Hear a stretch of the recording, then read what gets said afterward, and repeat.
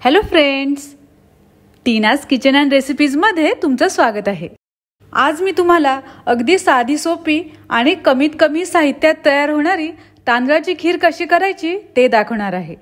ही खीर करताना बऱ्याच जणांचं काय होतं, तांदूळ व्यवस्थित शिजत नाही, नाहीतर ही खीर खूप जास्त पातळ किंवा खूप जास्त घट्ट होते। त्यामुळे या खीरीसाठी दुधाचं आणि तांदळाचं अचूक प्रमाण मी तुम्हाला सांगणार आहे, जेणेकरून तुमची खीर अगदी रबडीदार आणि परफेक्ट तयार होईल।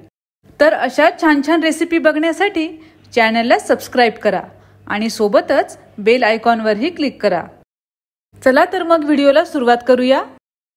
तर यासाठी आपण घेतले 1 लिटर फुल क्रीम दूध, पाव कप तांदूळ, पाव कप साखर आणि 2 चमचे साजूक तूप।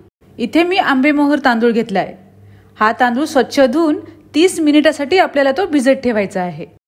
30 मिनिटासाठी मी हा तांदूळ भिजत ठेवला होता, तो आता छान भिजले गेला आहे। सोबतच आपल्याला लागणार आहे 5 ते 6 काजूचे काप, 5 ते 6 बदामाचे काप, 1 चमचा वेलची पावडर आणि दुधात भिजवलेल्या केसरच्या काड्या। सर्वात आधी गॅसवर एक कढई ठेवून त्यात 2 चमचे तूप टाकायचं आणि तूप गरम झालं की त्यात हे काजूचे काप आणि बदामाचे काप टाकायचे। याला थोडंसं या तुपावर तळून घ्यायचं, म्हणजे ते थोडे क्रंची होतील। तुम्हाला जर हे काजू बदामाचे काप तळून न टाकता असेच टाकायचे तर तुम्ही असेच वरून सुद्धा टाकू शकता। याला हलका सोनेरी रंग येईपर्यंत तळून घ्यायचं आणि तळून झाल्यानंतर ते आपण काढून घेणार आहोत। जो भिजवलेला तांदूळ होता त्यातलं सर्व पाणी काढून घ्यायचं आणि नंतर हाताने त्याला असं क्रश करायचं, म्हणजे खीरीमध्ये असा तांदूळ टाकल्यानंतर खीर चांगली दाटसर तयार होईल। आणि हा क्रश केलेला तांदूळ या तुपात टाकून परतायचं। गॅस कमी ठेवूनच तांदूळ 3 ते 4 मिनिटे खरपूस भाजून घ्यायचा। इथे आंबेमोहर तांदूळ घेतलाय, तुम्ही कुठलाही सुवासिक तांदूळ घेऊ शकता। अगदी नसेलच तर घरातला रोजच्या वापरातील तांदूळ घेतला तरी चालेल। गॅस अजिबात वाढवायचा नाही, मंद आचेवरच याला सारखं परतायचं। मंद आचेवर भाजल्यामुळे तांदूळ छान भाजले जातात आणि सुगंधित तांदूळ असतो। तो असा क्रश करून तुपावर भाजला तर त्याचा सुगंध आणखी वाढतो आणि खीरीमध्ये तो आणखी चांगला उतरतो। बरेच लोक खीरीमध्ये तांदूळ वरून घालतात, पण एकदा असं करून बघा, खूप छान चव लागते। 3 ते 4 मिनिटे तांदूळ आता भाजले गेला आहे। आता या तांदळातच हे पूर्ण दूध टाकायचं। लक्षात ठेवा, दूध आधी उकळून घ्यायचं आहे, कच्चं दूध यात अजिबात टाकायचं नाही। आणि खीरीला छान क्रीमीनेस यावा म्हणून मी पूर्ण साईसकट दूध इथे टाकतीये। याला चांगलं मिक्स करून घ्यायचं। जर काही गुठळ्या असतील तर त्या मोडून घ्यायच्या। याला मिक्स करताना गॅस मोठा ठेवायचा आणि याला उकळी येऊ द्यायची आहे। यात तांदूळ आहे तो खाली कढईला लागू शकतो, त्यामुळे याला सारखं ढवळत राहायचं आहे। खीरीला आता छान उकळी आलेली आहे। याला एकदा चांगलं मिक्स करून घ्यायचं।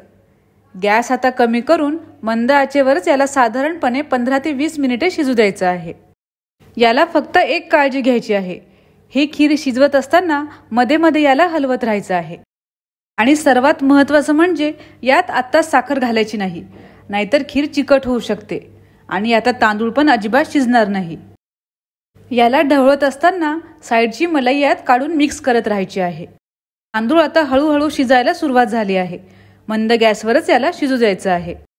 तांदूळ असं थोडा क्रश करून टाकल्यामुळे तो खीरीमध्ये चांगला एकसंध होतोय आणि एकसारखा शिजला जातोय। आता त्यात आपण हे केसरचं दूध टाकू, केसरमुळे त्याचा रंग एकदम सुरेख येतो। केसर टाकल्यामुळे बघू शकता किती सुंदर त्याला रंग आला आहे।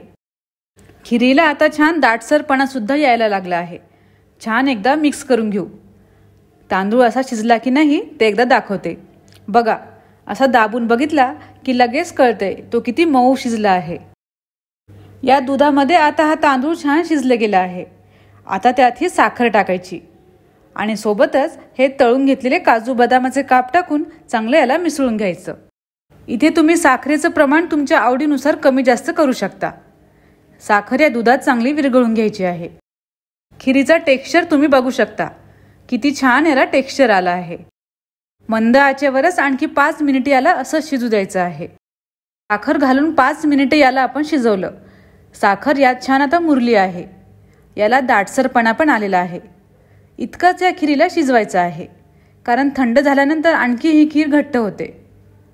सगळ्यात शेवटी त्यात वेलची पावडर टाकून चांगली मिक्स करायची आहे। हे बघा किती रबडीदार आणि मलाईदार ही खीर तयार झाली आहे। खीर आता व्यवस्थितपणे शिजल्यानंतर आपण गॅसची फ्लेम बंद करून देऊ आणि याची कन्सिस्टन्सी बघा, अशीच ही खीर ठेवायची आहे। पद्धतीने तुम्ही तांदळाची खीर करून बघा, एकदम परफेक्ट तयार होईल। व्हिडिओ आवडला तर लाईक, कमेंट आणि शेअर करायला विसरू नका। आणि हो, चॅनलला सबस्क्राईब केलं नसेल तर प्लीज सबस्क्राईब करा।